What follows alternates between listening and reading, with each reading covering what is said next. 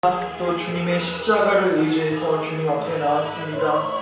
우리를 그리스도 안에서 우리를 받아주시고 오늘 주의 놀라운 은혜로 함께 하십시오. 특별히 오늘 십자가의 도와 십자가의 비밀을 우리 가운데 충만하게 계시하셔서 우리가 우리 생명 다하는 그날까지 계속해서 그 십자가 붙들고 살아가게 하시고 그 안에서 능력과 생명을 경험하게 하여 주시옵소서. 우리 오늘 예배를 성령님께 맡겨드리며 우리 같이 기도하며 나아가겠습니다.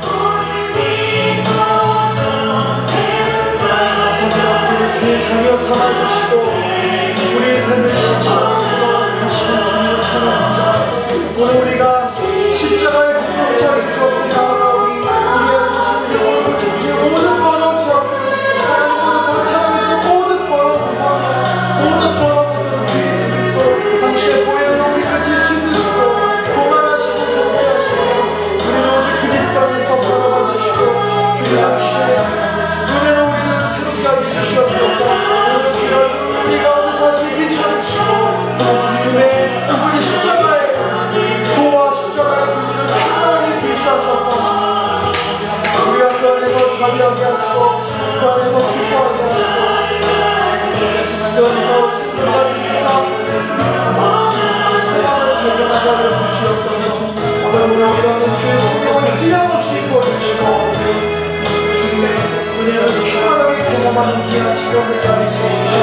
우리 심령이 주님의 사랑으로 매일의 시간 되게 하여 주시고 그 사랑으로 우리 심령이 변화되어 주시고 새로워지는 놀라운 은혜가 되게 하여 주시옵소서. 우리 가운데 주의 성령을 함께 부어주시옵소서. 아버지 우리 가운데 주의 성령을 함께 부어주시옵소서.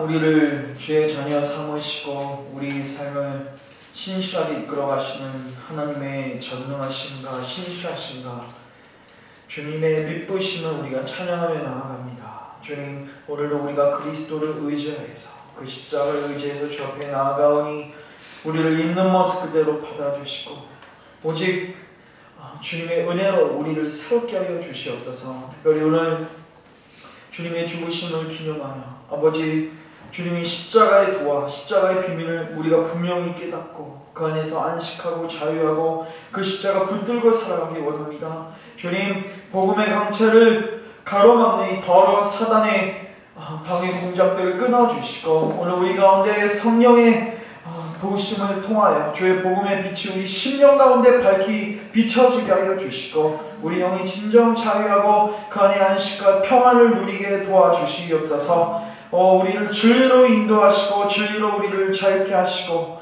우리를 거룩하게 하여 주시옵소서. 이후에 모든 시간 주님께 맡겨드리오며 예수님의 이름으로 기도합니다. 아멘. 우리 말씀은 요한복음 보겠습니다. 요한복음 19장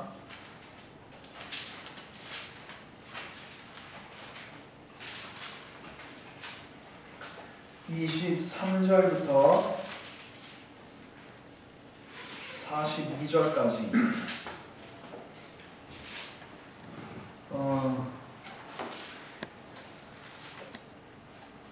이거 그 세 번역으로 한번 읽어볼게요. 세 번역 세 번역으로 열어주시고요.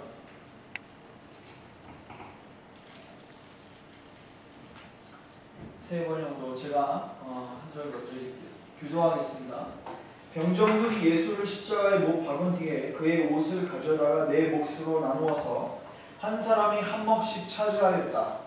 그리고 속옷은 이음새 없이 위에서 아래까지 통으로 짠 것이므로 그들은 서로 말하기를 이것은 찢지 말고 누가 차지할지 제비를 뽑자 하였다. 이는 그들이 나의 겉옷을 서로 나누어 가지고 나의 속옷을 놓고서는 제비를 뽑았다니 성경 말씀 이루어지게 하려는 것이었다. 그러므로 병정들이 이런 말을 하였다. 그런데 예수의 십자가 곁에는 예수의 어머니와 이모와 글로바의 아내 마리아와 막달라 사람 마리아가 서 있었다.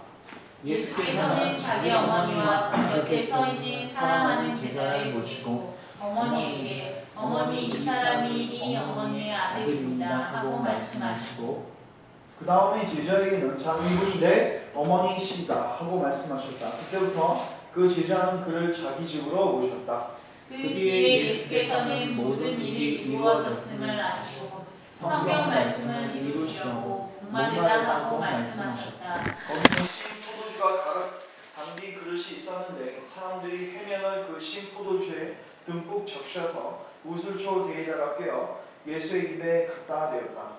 예수께서 신 포도주를 받으시고서 다 이루었다 하고 말씀하신 뒤에 머리를 떨어뜨리시고 숨을 거두셨다. 유대 사람들은 그 날이 유월절 준비일이므로 안식일을 시체들을 십자가에 그냥 두지 않으려고 그 시체의 다리를 꺾어서 치워달라고 빌라도에게 요청하였다. 그 안식일은 큰 날이었기 때문이다. 그래서 병사들이 가서 먼저 예수와 함께 십자가에 달린 한 사람의 다리와 또 다른 한 사람의 다리를 꺾고 나서 예수께서는 그가 이미 죽으신 것을 보고서 다리를 꺾지 않았다. 그러나 병사들 가운데 하나가 참으로 그 옆구리를 찌르니 곧 피와 물이 흘러나왔다. 이것은 목격자가 증언한 것이다. 그래서 그의 증언은 참되다. 그는 자기의 말이 진실하다는 것을 알고 있다. 그는 여러분들도 믿게 하려고 증언한 것이다. 이미 이렇게 된 것은 그의 뼈가 하나도 부러지지 않을 것이다 한 성경 말씀이 이루어지게 하려는 것이었다. 또 성경에 그들은 자기들이 찌른 사람을 쳐다볼 것이다 한 말씀도 있다. 그 뒤에 아리마네 사람 요셉이 예수의 시신을 거두게 하여 달라고 빌라도에게 청하였다. 그는 예수의 제자인데 유대 사람이 무서워서 그것을 숨기고 있었다. 빌라도가 허락하니 그는 가서 예수의 시신을 내렸다. 또 전에 예수를 밤중에 찾아왔던 니고데모도 몰약에 침량을 섞은 것을 100근쯤 가지고 왔다. 그들은 예수의 시신을 모셔다가 유대 사람의 장례 풍속대로 향유와 함께 상배로 감았다. 예수가 십자가에 달리신 곳에 동산이 있었는데 그 동산에는 아직 사람을 장사한 일이 없는 새 무덤이 하나 있었다. 그날은 유대 사람이 안식일을 준비하는 날이고 또 무덤이 가까이 있었기 때문에 그들은 예수를 거기에 모셨다. 아멘. 예, 오늘 우리는 예수님의 그 십자가에 죽으시는 기사를 살펴보고자 합니다. 오늘이 이제 금요일인데 예수님이 죽으신 날이 금요일이었습니다. 그리고 예수님이 부활하신 날이 주일이었어요. 그래서 금, 토, 일 우리가 이거를 사흘이라고 이렇게 얘기합니다. 사흘은 4일이 아니에요. 3일입니다. 그래서 예수님은 3일 만에 부활하셨어요. 그런데 이제 오늘은 정확하게 예수님께서 숨을 멎으신 날입니다. 그래서 이제 오늘 우리가 살펴볼 것은 요한복음 19장에 있는 예수님의 죽으심에 대한 기사를 좀 자세하게 살펴보고자 합니다. 먼저 제가 하나 말씀드리면 여러분 성경에서 마태복음, 마가복음, 누가복음, 요한복음에서 공통적으로 나오는 기사가 있어요. 그 4명이 썼지 않습니까? 4명이 썼는데 그들 나름대로 중요하다고 생각하는 것을 거기다 기록했을 거예요. 독자들을 염두에 두고 기록했을 것인데 그 4명이 공통적으로 기록한 기사가 있습니다. 그것은 예수님의 죽으심과 부활하심에 대한 기사였어요. 그것은 모든 사복음서 뒤에 굉장히 긴 장의 하나에서 정리가 되어지고 있습니다. 그런데 중요한 거는 그냥 예수님이 죽으셨다 그리고 부활하셨다 이렇게 한두 줄로 설명하면 될 것을 이제 오늘 본문을 보시면 알겠지만은 굉장히 장황하게 예수님의 죽으심을 설명하고 있고 그리고 이제 우리가 주일날에는 이제 예수님의 부활하심을 살필 건데 예수님의 부활하심도 굉장히 장황하게 설명하고 있습니다. 오늘 그래서 왜 하나님께서 왜 이렇게 죽음의 기사를 장황하게 설명하셨는지 제가 그 이유를 드릴 거예요. 먼저 결론부터 말씀을 드리면 이 죽음이 확실하다는 것을 먼저 증거하기 위해서 그렇습니다. 여러분, 죽음이 없으면 부활도 없는 거죠. 맞죠? 이따가 살펴보겠지만 지금 예수님의 죽음을 거짓된 죽음이라고 가사설이라고 해가지고 가짜로 죽었다고 해서 기절한 것에 비교하다. 그리고 그 무덤에서 천둥 소리 때문에 갑자기 깨어나가지고 부활한 척 하신 것이다. 이렇게 말하는 사람이 있습니다. 지금 책이 굉장히 많이 나오고 있어요. 제가 이따 소개해 드릴 건데 읽지 마시고 읽으셔도 되는데 그래서 왜 여기서 예수님의 죽음에 대한 기사가 이렇게 디테일하게 나오냐면요. 예수님 진짜 죽으신 것을 먼저 확실히 하기 위해서. 이해되시죠? 그것을 먼저 증거하고 있습니다. 그 다음에 또 하나 중요한 것은 예수님이 지금 죽으신 장면들을 잘 보면요. 계속 이런 말이 나와요. 구약을 응하게 하시려고. 구약에서 했던 이 말을 응하게 하시려고 예수님께서 이렇게 죽으셨다. 때로는 다리가 꺾이지 않으셨고 때로는 그분의 속옷이 제비 뽑혀지고 이런 아주 사소한 내용들을 왜 기록했을까? 그것은 예수님께서 죽으신 것은 단순한 어떤 한 사람의 우연한 죽음이 아니라 하나님께서 계획하시고 하나님께서 보내신 자의 죽음이라는 것입니다. 이거 굉장히 중요한 거예요. 그래서 오늘 본문의 핵심은 여기 있습니다. 예수님의 죽음을 살펴보면서 딱 두 가지를 기억하시면 됩니다. 예수님은 정말로 죽으셨습니다. 그 다음에 두 번째, 예수님이 죽으신 것은 하나님의 계획의 완전한 성취였다. 이것을 기억했으면 좋겠습니다. 먼저 우리 19장 30절 가겠습니다. 19장 30절 가고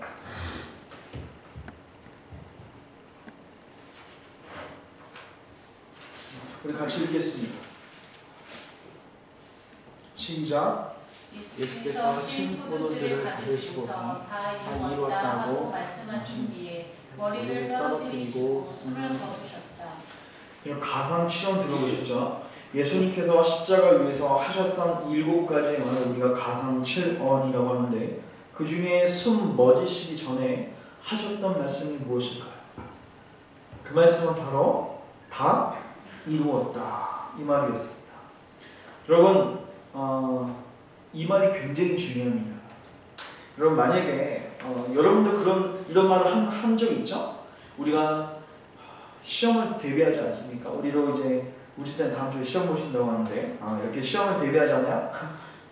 그러면요 시험 보기 전에 본인이 공부를 얼마나 하냐에 따라서 자기가 합격될지 안 될지를 어느 정도는 가늠할 수가 있어요. 저도 그 중고등학교 때 공부할 시절에 어떤 과목은 보기도 전에 거의 100점이 확신이 되는 과목들이 있었습니다. 왜냐하면 정말 그 학교 선생님의 그 설명을 퍼펙트하게 다 들었어요. 그리고 다 필기해놓고 이미 시험 보기 전에 정독을 몇 번 해놓고 문제집도 몇 번 끝내는 거. 그러면은 두려움이 없죠. 그리고 그 학교에서 나오는 족보 있지 않습니까? 작년 시험지, 재작년 시험지 그걸 다 풀어오는 거죠. 그 두려움이 정말 없어지거든요. 그러면 이렇게 말할 수가 있죠. 다 이루었다. 근데 중요한 거는 그렇게 공부를 해도 뒤통수 치는 문제가 한두 개가 꼭 나옵니다. 그래서 100점은 사실 힘든 거예요. 100점 나오는 과목은요, 선생님이 정말 게으른 선생님이에요. 예를 들어서 뭐 작년에 시험 문제를 거의 하나도 안 받고 그냥 통째로 낸다든지 학교에서 귀찮으면 선생님이 그렇게 하십니다. 그럼 그렇게 하면은 작년 시험지만 본 아이들은 어떻게 하죠? 다 맞게 되는 거죠.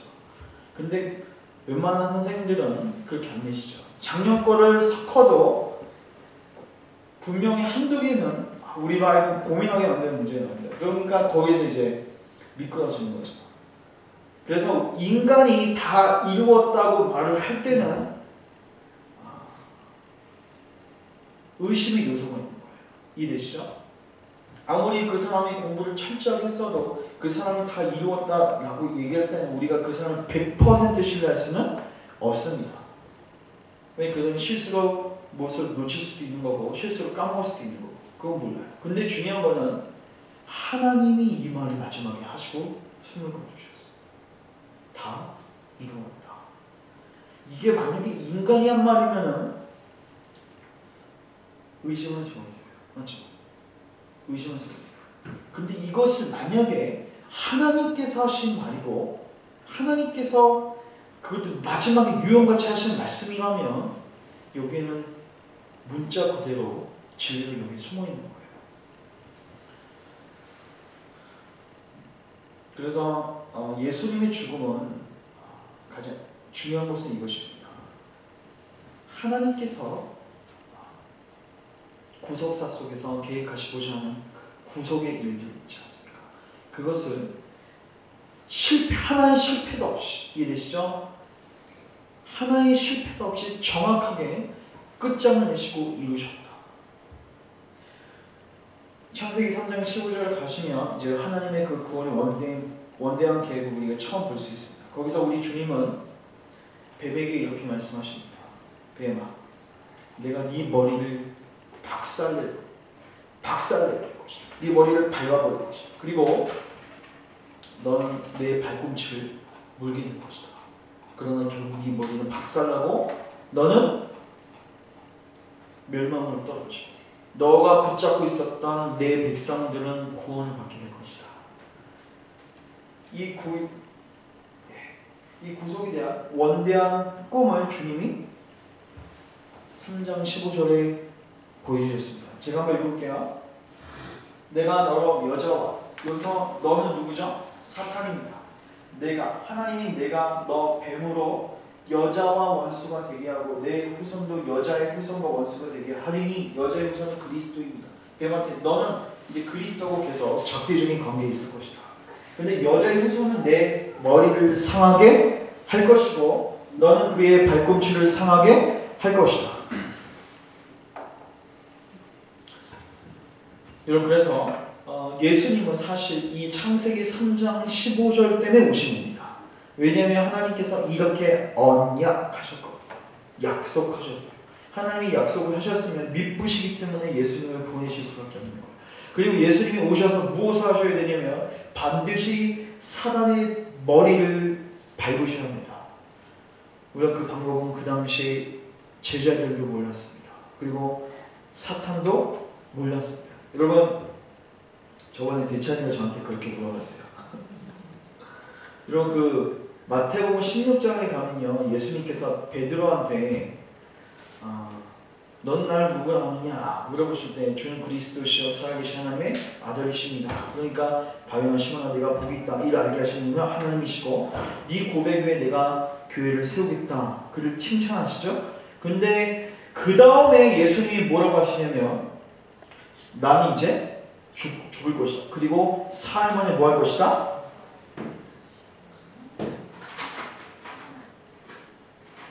보십시오. 뭐 할 것이다? 나는 죽을 것이다. 먼저 고난을 받을 것이다. 찐한 거, 지금 껌. 이거 잘 안 보이세요? 나는 고난을 받을 것이다. 그 다음에 죽을 것이다. 그 다음에 뭐 할 것이다? 사흘 만에 구원할 것이다. 이 구원의 플랜을 다 보여주세요. 누가요? 예수님. 누구에게요? 베드로에게.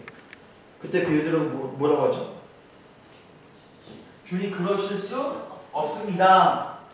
그 다음에 그것을 누가 말했다고 하고 있죠? 사탄. 이상하지 않습니까? 어떤 의문이 드십니까? 우리 이렇게 생각하죠. 사탄은 고난받고 죽고 그를 몰고 가는 사람이라고 우리가 생각하지 않습니까? 맞죠? 근데 여기서 보면 사탄이 이걸 뭐하고 있죠? 막고 있는 거죠. 이해되시죠? 그래서 사탄이 이미 다 십자가의 비밀을 간 거 아니냐. 대찬이가 이걸 저한테 질문했어요. 물론 대찬이가 질문하기 전에 저는 이미 신대한테 고민했던 겁니다. 그리고 답을 솔직히 찾지 못했어요. 근데 솔직히 말해서 대찬이하고 말할 때 제가 답을 찾았어요. 이거 굉장히 재밌는 건데 이미 사탄은 창세기 3장 15절을 통해서 자기의 머리가 바뀔 것은 알고 있었어요. 그 방법은 몰라요. 그리고 수많은 구약과 신약의 시대 속에서 예수님 오시는 것을, 예수님 출현하는 것을 방해하고 어떻게 해서든지 그리스도가 못 오게 했어요. 맞죠? 아이를 죽게 한다든지 여러 가지 방식을 써서 예수님을 못 오게 하려고 했는데 결국 왔어요. 그런데 중요한 건 예수님이 와서 분명히 자기 머리를 밟을 것은 알고 있는데 그 방법이 뭔지는 몰라요. 근데 예수님께서 그 신앙 고백한 베드로에게 이 말씀을 하셨을 때 하나님의 플랜은 밟겠죠. 이해되시죠? 하나님의 플랜은 봤어요. 이해되시죠? 그런데 분명히 예수님이 결국 내 머리를 밟게 하실 것은 알고 있는데 이해되시죠? 그러면 이런 방법들로 누구의 머리가 밟힐 겁니까? 자기의 머리가 밟힐 거라는 사탄이 뭘 직감을 느끼게 되는 거죠. 이해되죠? 그러나 그도 확신할 수 없었습니다. 이해되시죠? 그러니까 쉽게 말해서 이거예요.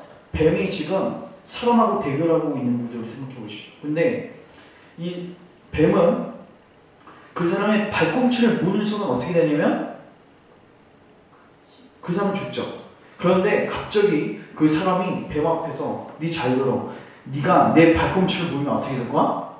네 머리가 밟히게 될 거야. 이것을 들은 뱀이 어떻게 하기 시작하냐면 정말 그럴까? 정말 그럴까? 눈치를 보기 시작하는 거야. 이래죠?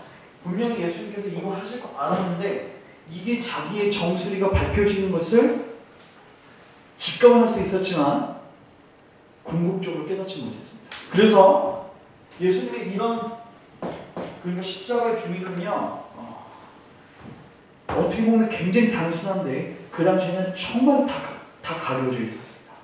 사람들 중 그 누구도 그 비밀을 알 수가 없었어요. 그래서 이때부터 사탄은 분명히 예수님께서 이 일들을 통해서 뭔가를 하실 것 같은데 그게 자기가 어떻게 밟을지는 모르기 때문에 어떻게 하기 시작하냐면 오히려 이 일을 뭐라 하냐면 돕기 시작합니다. 어떻게 돕냐면 누구에게 들어가죠? 바로 유다에게 들어가죠. 그들에게 들어가서 뭐를 일으키죠? 탐심을 일으키죠. 탐심을 누가 주는 거죠? 사탄이 주는 거죠.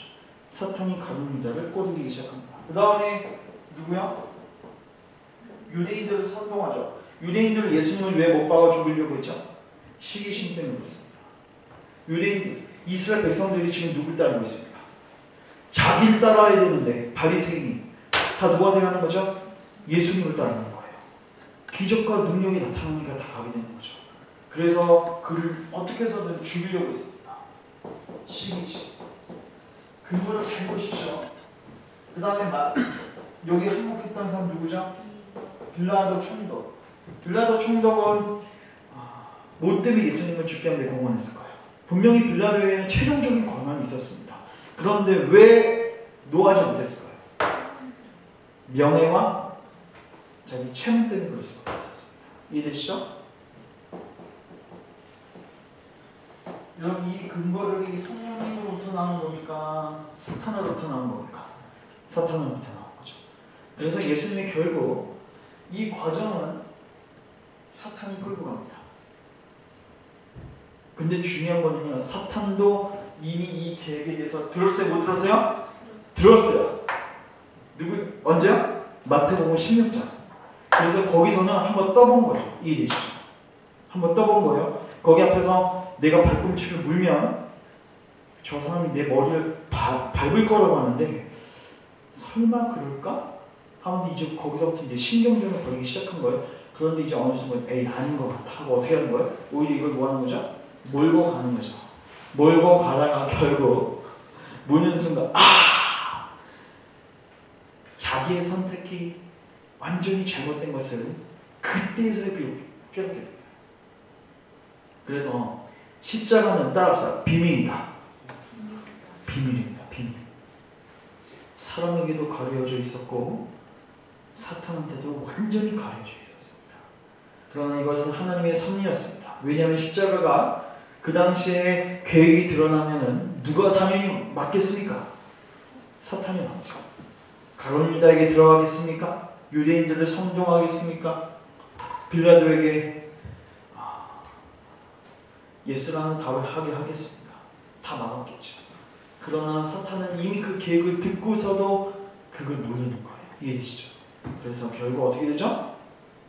물게 되고 그 무는 즉시 그의 머리가 정수리가 깨지는 비참함을 당하게 됩니다.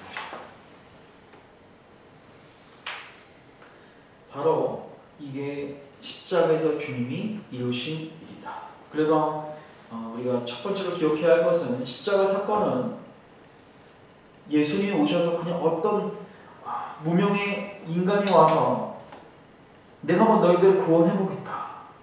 인간적인 열심으로 인간들을 선동하다가 죄수없게 죽은 한 사람의 죽음이 아니라 하나님께서 창세기 3장 15절에서 이미 예언하시고 약속하신 그것을 성취하기 위해서 오신 것이다.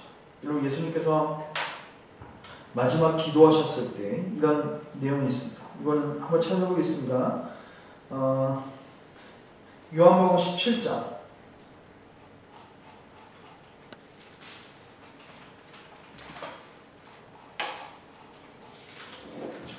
지금 사정인 것 같은데.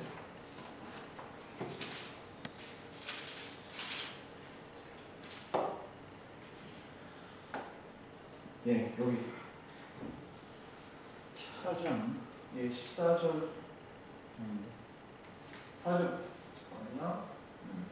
아버지께서 내게 하라고 주신 일을 내가 이루 아버지, 예수님이 하나님께 기도하는 장면이에요. 아버지께서 내게 하라고 주신 일을 내가 이루 아버지를 이 세상에서 영화롭게 하여 싸우니 아버지의 창세 전에 내가 아버지와 함께 가졌던 영화로서 지금도 아버지와 함께 나를 영화롭게 하옵소서. 세상 중에서 내게 주신 사람들에게 내가 아버지의 이름을 나타내었나이다. 그들은 아버지의 것이었는데 내게 주셨으며 그들은 아버지의 말씀을 지켰나이다. 지금 그들은 아버지께서 내게 주신 것이 다 아버지로부터 온 것인 줄 알았나이다. 나는 아버지께서 내게 주신 말씀들을 그들에게 주어 싸우며 그들은 이것을 갖고 내가 아버지께로부터 나온 줄을 처음으로 알아오며 아버지께서 나를 보내신 줄도 믿었습니다. 그 다음에 9절까지요. 내가 그들을 위하여 비옵나니 내가 비옵는 것은 세상을 위함이 아니요 내게 주신 자들을 위함이니 그들은 아버지의 것이니이다. 우리가 하나 더 찾겠습니다. 시편 40장 7절.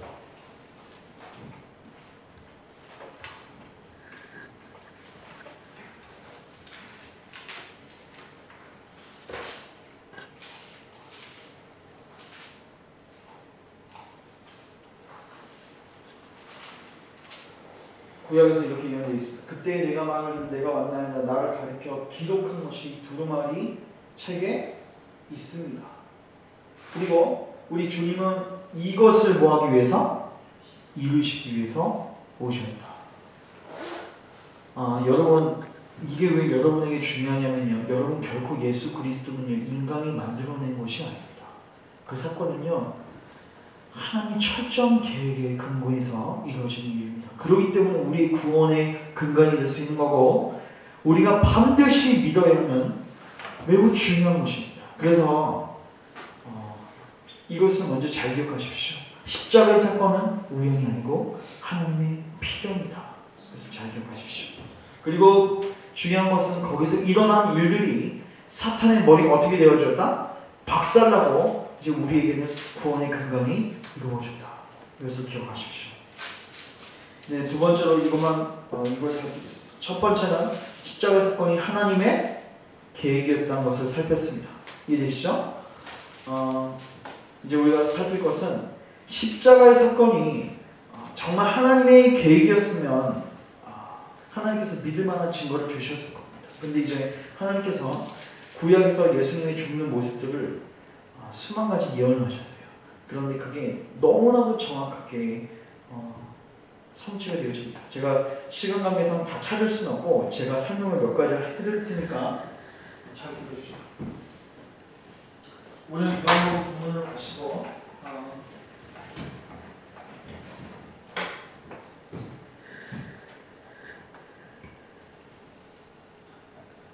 여러분, 예수님이 죽으셨을 때 겉옷과 속옷이 있었는데 겉옷은 어떻게 했죠? 사람들이 찢어서 나눠갔죠.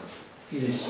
근데 오늘 본문을 보시면요, 속옷은요 이음새가 없다고 되어 있습니다. 이 이음새가 뭔지 아십니까? 이런 게 이음새예요. 지금 우리 앞에 여기 이거 붙여놓은 거 있죠? 이거 엄청 크죠? 이거 몇 장이에요? 2장으로 되어 있어요. 2장은 중간에 뭐 했죠? 이었어요. 너무 크기 때문에 한꺼번에 만들 수가 없기 때문에 2장을 뭐 한 거죠? 이어주는 거예요. 일이죠. 뭘 박아가지고 이어주는데 예수님의 속옷은 그냥 처음부터 끝까지 그냥 통으로 짰기 때문에 그들이 생각하기에 그것은 찢어 가지면은 손해라고 생각했어요. 그래서 거기서 그냥 한 사람한테 뭐 해주자? 몰아주자. 그리고 거기서 제비를 뽑기 시작했고, 그러니까 그 예수님께서 왜 하필 그때 속옷을 왜 통으로 된 것을 입고 있었을까?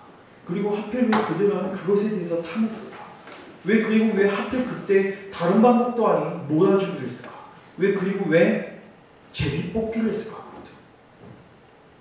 분명히 그들은 그들의 생각과 탐욕과 그 모든 과정들을 통해서 그 일들을 벌였겠지만 성경은 이것이 예언되어 있습니다. 시편 22장 18절.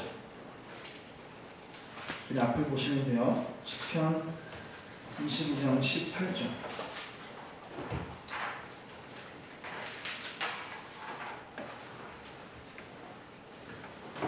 같이 읽겠습니다. 시작. 내 겉옷을 나누며 속옷을 제비꽃 하나이다.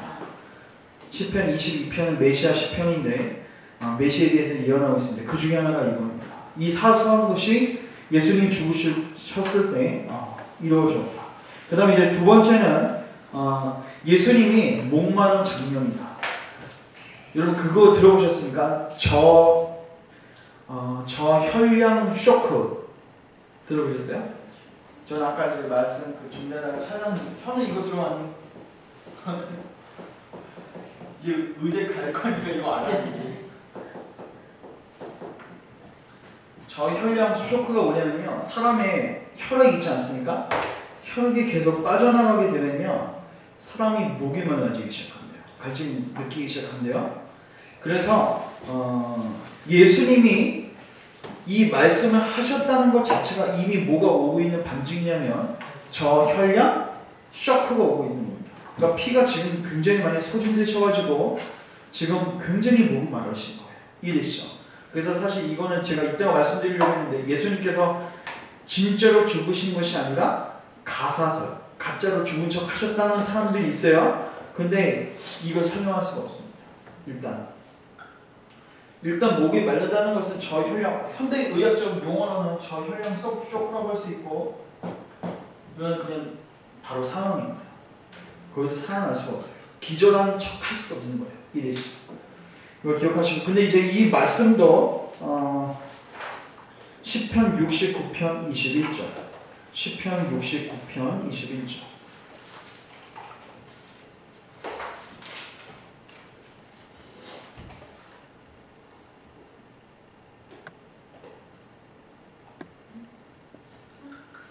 (69편 21절)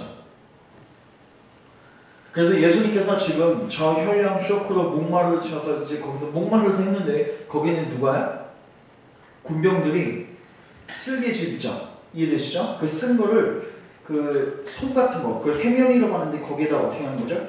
이렇게 흡수시켜가지고, 이해되시죠? 대를 가지고 예수님께 이렇게 먹으라고.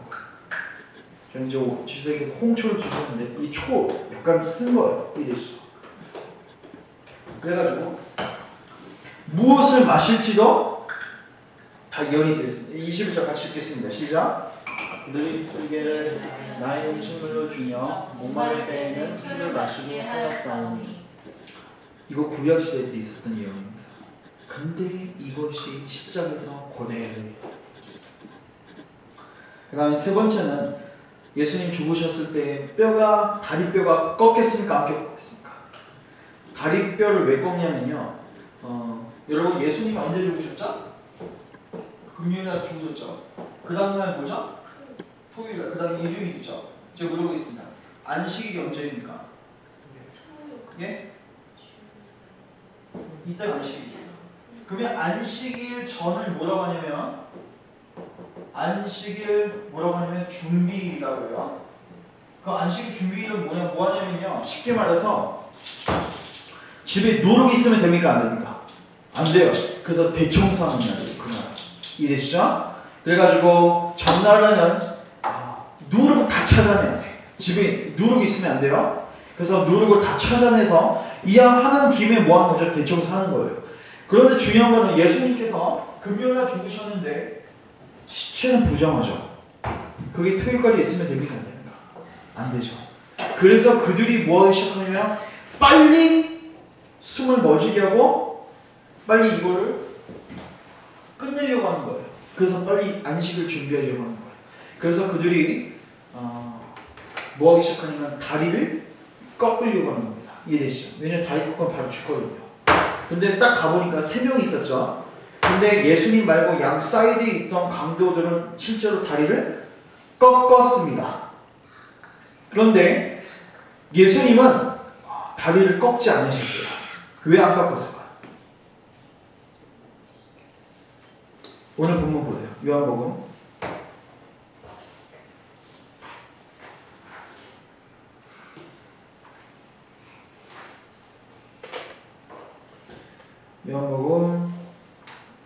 '쭉 내리시고 집에 다시 읽어보십시오. 안식일 준비일이 뭔지를 이제 설명할 거예요. 자, 이 날은 뭐다? 준비. 무슨 준비?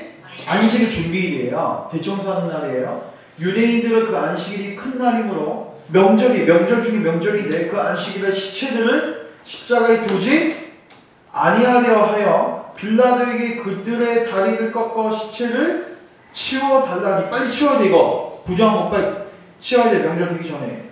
그래서 군인들이 가서 예수와 함께 못 박힌 첫째 사람과 또 다른 그 사람의 뭐를? 다리를 꺾고 예수께 이르러서는 이미 뭐를 보고? 죽으신 것을 보고 꺾지 않은 거예요. 이해되시죠?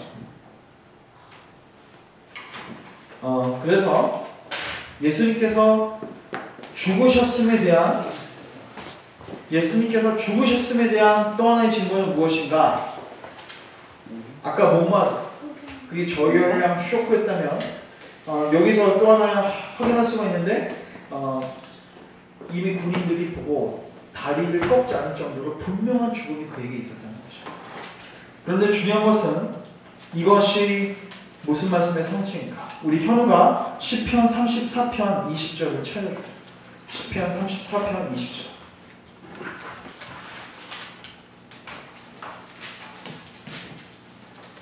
시편 34편 20절 말씀.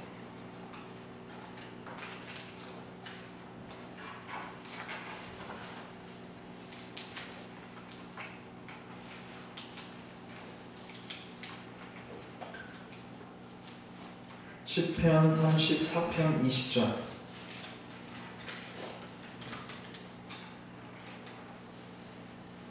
우리 앞에 보시고요. 같이 읽겠습니다.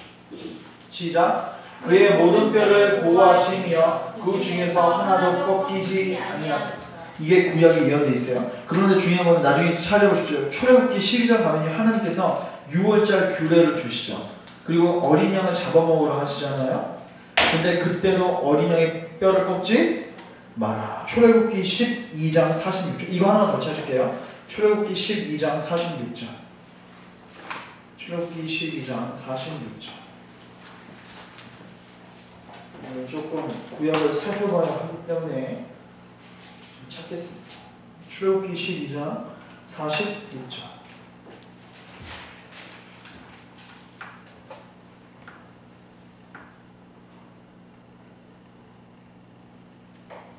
나옵니까? 네. 자, 우리 여기 보시면, 그러니까 이스라엘 백성들이 출애굽했을 때 장자의 죽음의 재앙 때 만들었던 절기가 이제 6월절인데 그때 하나님께서 이런 명령을 하세요. 한 집에서 뭐를 먹대? 양고기. 이해되시죠? 양을 먹대. 예수님을 상징합니다. 그때 그 고기를 조금 더 집 밖으로 내지 말고 모두 꺾지 말고 뼈도 꺾지 말고. 여러분 이게 성경에 왜 적혀있을까요? 이상하지 않습니까? 왜 꺾지 말라고 했는가? 이걸 통해서 하나님께서 뭘 보여주시고자 합니까? 예수님은 유월절 어린이이시다. 자, 지금까지 했던 거 정리하겠습니다. 예수님은 성경대로 목마르시고 초를 마시셨습니다.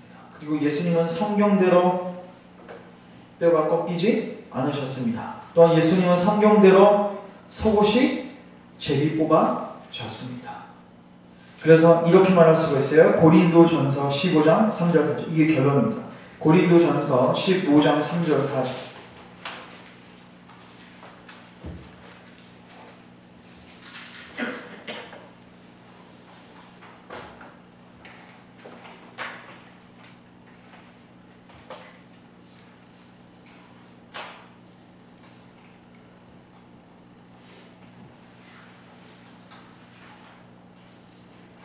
우리 같이 읽겠습니다. 시작. 내가 받은 것을 먼저 너희에게 전하였노니 이는 뭐대로? 성경대로 그리스도께서 우리 죄를 위하여 죽으시고 장사 지낸 바 되셨더라. 뭐대로? 성경대로 살면서 다시 쓰라. 4절은 저희가 주의를 볼 것이고 이해되시죠? 3절 성경대로 뭐 하셨다? 죽으셨다. 성경대로 속옷이 제비 뽑아지시고 성경대로 다리가 꺾이지 아니하시고 성경대로 어떻게 되셨습니까? 성경대로 목마르셨어요. 그래서 예수님의 죽음은 결코 인간이 자작하는 드라마가 하나님이 처음부터 계획한 구속사의 정점에 계신 이 예수님이십니다.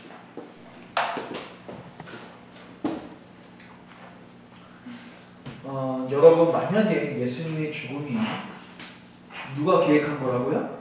하나님이 계획하셨고 하나님의 계획에 모든 자기의 삶을 들여서 순종한 그분이 마지막에 내뱉으신 말이 다 이루었다 였다면 여러분 그것을 믿는 것은 결코 어리석은 일이 아닙니다. 이걸 잘 기억하셔야 돼요. 여러분이 언젠가 이제 우리 숨이 멎이는 날이 있습니다. 그리고 우리는 반드시 하나님 심판대에 섰을 것이고 서게 될 것이고 여러분 그때 우리가 무엇이 우리를 지탱해주고 무엇이 우리를 붙들어주겠습니까? 우리가 수요일도 이제 살폈는데 남는 것은 이 하나님께서 이루신 일을 뭐 하는 거예요? 믿는 것뿐입니다. 근데 중요한 것은 우리가 믿는 것은 허공을 믿는 게 아니에요. 이것은 하나님이 이루신 구속사의 역사적 사실에 근거한 확실한 진리를 믿는 믿음입니다. 그래서 성령께서 이거를 분명하게 보여주시는 건데 우리가 어찌 이걸 부인할 수 있겠습니까? 얼마나 믿을 만합니까? 그래서 이번 이 성금요일에는 여러분들이 다른 것 말고 예수님의 죽으심이 성령님께서 이루어 놓으신 그 예수님의 죽음이 하나님께서 계획하신 정확한 죽음이셨고 그 다음에 그것은 우리의 구속을 위한 완전한 근간이 되십니다. 그래서 여러분들이 확인해 주셨으면 좋겠습니다. 이제 마지막으로 이 부분만 보고 마치겠습니다. 이제 요한복음 19장 뒷부분 가시면요.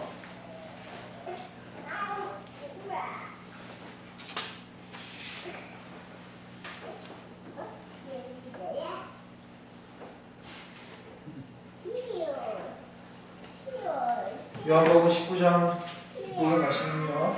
이것만 보고 마치겠습니다. 33절 가시면요. 예수께 이르러서는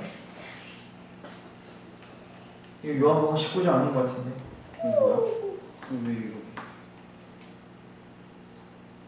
요한복음 19장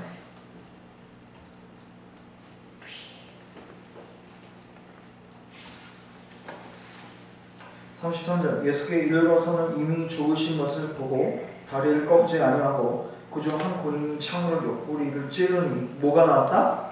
피와 물이 나왔다. 그리고 그 당시에 영지주의가 있었습니다. 영지주의는 이렇게 얘기했습니다. 예수님은 인간이 아니셨다. 그러면 뭐냐? 인간처럼 보이는 환상에 불과했다. 이건 영지주의. 그 당시 심각한 이단이었습니다. 그리고 이것을 누가 제일 많이 대적했냐면 사도 요한이 대적했습니다. 그래서 여러분 사도 요한이 쓴 요한 1서, 2서, 3서를 보면요. 이 영지주의에 대해서 굉장히 반박하는 것을 보게 됩니다. 근데 한국판 영지주의도 굉장히 많이 나오고 있습니다. 그런데 사도 요한이 이 기사를 쓴 목적은요, 절대로 예수님은 환영과 환상이 아니셨다. 예수님은 인간이셨다. 진짜로 인간이셨다.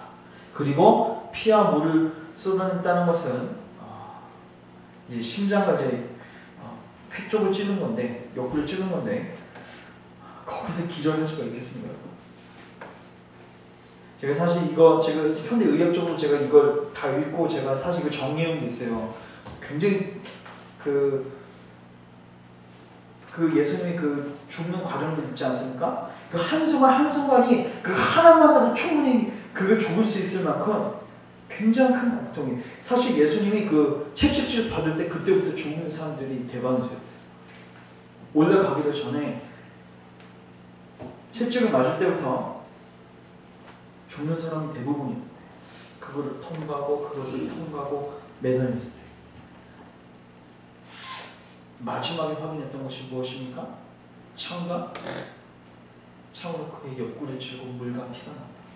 사실 그 물을 이제 현대 의학에서는 그게 심장에서 나오는 무슨 심근 무슨 출혈이라고 하는지 저는 잘 모르겠어요. 혀는 그 연구 해보겠지만, 그러니까 그거는 심장이 찔리고 폐가 찔렸는데 나중에 나왔죠. 아리마대 요셉이 예수님이 시체를 가지고 가서 거기서 치료해서 그게 낫다는 게 그 사람들의 주장이에요. 예수님 기절은 심장을 찔렀는데 그거 약 발라주고 그거 빨간 약 발라주고 그게 나을 수 있겠습니까? 그럴 수가 없죠. 그래서 이 기사를 특별히 쓴 거는 예수님은 정말로 무엇이었다? 인간이셨고, 그리고 정말 뭐 하셨다? 죽으셨다. 그리고 여러분 이따 나중에 읽어보십시오. 아리마대 요셉이 빌라도에게 가서 시체를 달라고 했을 때 빌라도가 뭐를 확인하냐면 진짜로 죽었는지 한 번 더 확인하고 무덤을 건네줍니다. 그래서 그의 죽음은 진짜였습니다. 그래서 이걸 기억하십시오. 예수님은 진짜 인간이셨고 진짜 죽으셨다. 그렇기 때문에 우리의 구원의 근간이 분명해질 수 있는 것입니다. 말씀을 정리하겠습니다. 오늘 본문의 핵심은 딱 세 가지입니다. 예수님은 하나님의 계획으로 인해서 오셨고 죽으셨다. 이해되시죠? 하나님의 계획. 그 다음에 두 번째는 예수님은 진짜로 인간이셨습니다. 여러분과 같은 성정을 가진 인간이셨습니다. 여러분과 같은 연약함을 가진 인간이셨습니다. 그리고 세 번째, 예수님은 정말로 무엇이었다? 죽으셨습니다. 만약에 여러분 이 세 가지가 진리고 사실이라면 우리에게 이제 무엇이 요청되는 것입니까? 우리가 무엇이 요청되는 거죠? 그 죽음이 내 죽음인 것을 믿음으로 고백하고. 왜냐하면 예수님께서는 여기 올라가실 만한 이유가 전혀 없었습니다. 이유라면 우리의 죄를 뒤집어 쓰신 것밖에 없는 거예요. 그래서 갈라디아서 2장 20절 보면 내가 그리스도와 함께 십자가에 못 박혀 죽었나니. 여러분 예수님이 올라가신 그 십자가에 원래 있어야 할 사람인 것을 느끼십니까? 여러분 죄인 중에 계신 걸 느끼십니까? 만약에 여러분이 지금 그리스도 없이 죽는다면 하나님의 심판을, 하나님의 죽음의 형벌을 받아야 할 지극히 당연한 자라는 사실을 아멘할 수 있습니까? 만약에 아멘하신다면 이제 그리스도를 바라보십시오. 그분이 여러분의 이름표를 달고 정말 인간이 되셔서 정말로 죽으셨습니다. 따라서 이것은, 그리고 중요한 건 이것은 예수님 혼자 꾸며낸 자작극이 아니었고 예수님 혼자서 만들어낸 일이 아니었고 성부 하나님께서 삼위일체 하나님께서 창세 전에 계획하신 위대한 드라마의 성취에 불과한 것이었습니다. 그래서 우리에게는 이것이 복음이 되는 것이죠. 하나님이 다 이루셨습니다. 여러분은 그저 그 십자가를 받아들이십시오. 예수님의 죽음을 여러분의 죽음으로 인정하시고 이제 여러분은 모든 죄의 정죄와 모든 죄의 억압과 모든 죄의 유혹으로부터 자유할 수 있습니다. 죄는 여러분 더 이상 주관할 수가 없습니다. 왜냐하면 여러분 은혜 아래 있기 때문입니다. 여러분은 더 이상 채무관계가 맺어진 사람들이 아닙니다. 여러분은 사탄과 모든 채무관계가 이미 끝난 사람들입니다. 제가 우유배달 마지막에 나올 때 그 우유배달 그 근로계약서를 무시할 수가 없었어요. 왜냐하면 그 조항에 의하면 만약에 내가 그저 인수인계하지 않고 나온다면은 모든 배상을 제가 해야 합니다. 배달하지 못하는 그 순간 모든 대리점이 갖게 되는 모든 손해를 제가 배상해요. 근데 중요한 건 그 배달 그 근로계약서에 인수인계를 할 시에는 나올 수 있게 돼 있었거든요. 그래서 제가 뭐 했냐면 그때부터는 인수인계자를 구하는 거죠. 그리고 구하고 그 근로계약서를 성취하고 났을 때는 그 근로계약서는 이제 더 이상 뭐가 되냐면 찢을 수 있는 종이 문서에 불과하게 된 거예요. 이리시오. 우리 주님 그 일을 하신 거예요. 그 계약서 그대로 지키셔가지고 여러분과 모든 죄 어가로부터 그 불법적인 관계들, 채무 관계들을 단번에 끊어주셨습니다. 그것을 믿으시고 이제 예수님의 죽으심이 여러분의 죽음이었다는 것을 믿음으로 날마다 고백하시면서 더 이상 죄에 눌려 사지 마시고 은혜 아래 사십시오.